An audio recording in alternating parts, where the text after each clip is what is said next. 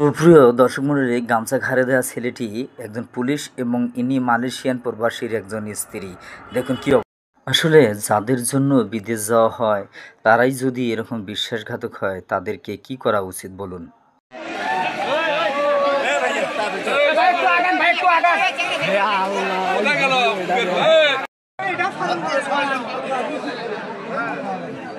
দর্শক মণ্ডলী, এই পুলিশ এবং প্রবাসীর স্ত্রীর বিয়ে দেওয়া হয়েছে গ্রামবাসী মিলে।